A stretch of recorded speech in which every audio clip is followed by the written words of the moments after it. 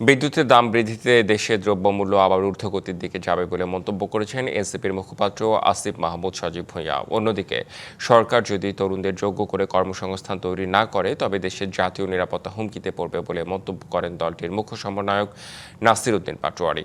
বৃহস্পতিবার বিকেলে জাতীয় বাজেটে তারুণ্যের অংশীদারিত্ব শীর্ষক সেমিনারে এসব মন্তব্য করেন দলটির নেতারা।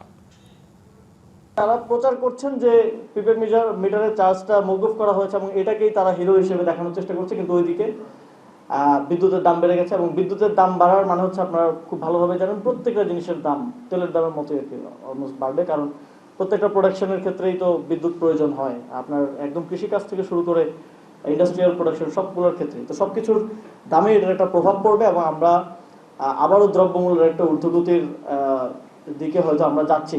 এমনিআইসি এই একটি বাংলাদেশে ইঞ্জিনিয়ার একটি ইলেকশনের আয়োজন তারা করেছে, নতুন করে আবার তারা যদি কোনো ধরনের এই ধরনের ইঞ্জিনিয়ারিং করার প্রচেষ্টা করে তাহলে ইসি একটি স্বাধীন কমিশন সেটা যদি কেউ মেরুদণ্ড ভাঙার চেষ্টা করে আমরা রাজপথে শক্ত পদক্ষেপ নিব এবং ইসিকে বাধ্য করব স্বাধীন একটি প্রতিষ্ঠানে রূপান্তর করার জন্য।